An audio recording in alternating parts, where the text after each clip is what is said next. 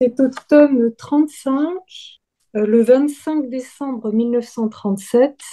Voilà, c'est un seul paragraphe et je ferai le commentaire au fur et à mesure parce que il y a le seul paragraphe central. Alors bien sûr, le 25 décembre, comme vous l'avez observé, c'est Noël. Donc, au milieu de cette chaleur, ça fait du bien de penser à Noël. Mais ça, c'est pas dans le livre du ciel, hein. Voilà. Petite fille de ma volonté, la fête de ma naissance fut la fête, le commencement de la fête de ma divine volonté. Alors que les anges chantaient gloire à Dieu au plus haut des cieux et paix sur la terre aux hommes de bonne volonté.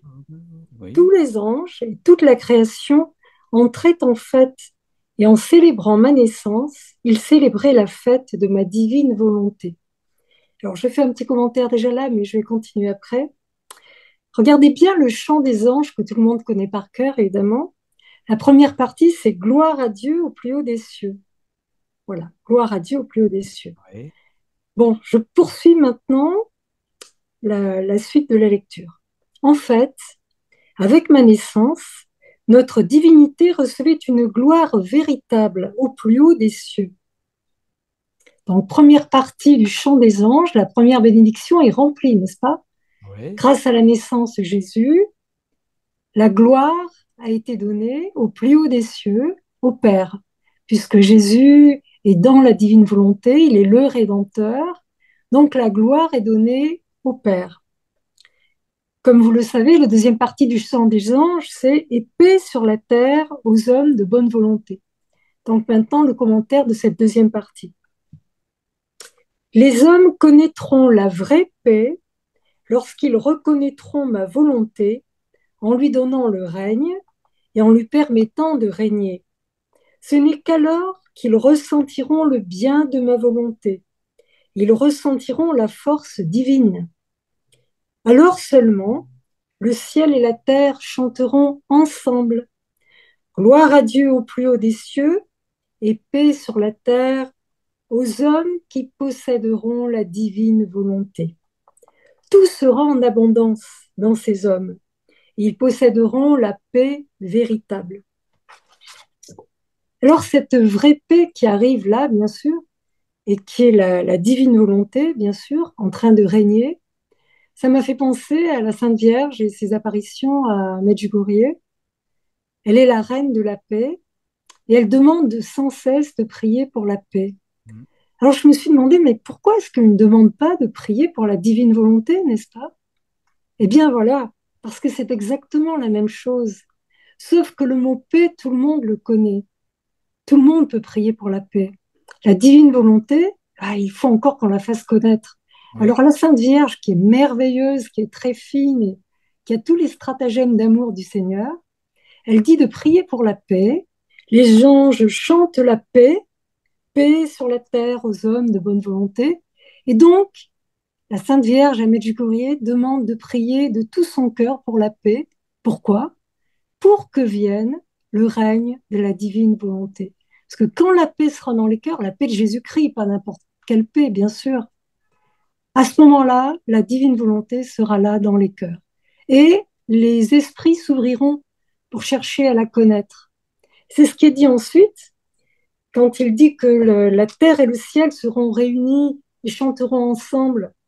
Gloire à Dieu au plus haut des cieux et paix sur la terre aux hommes qui posséderont la divine volonté. Ça rejoint ce que disait Géraldine aussi.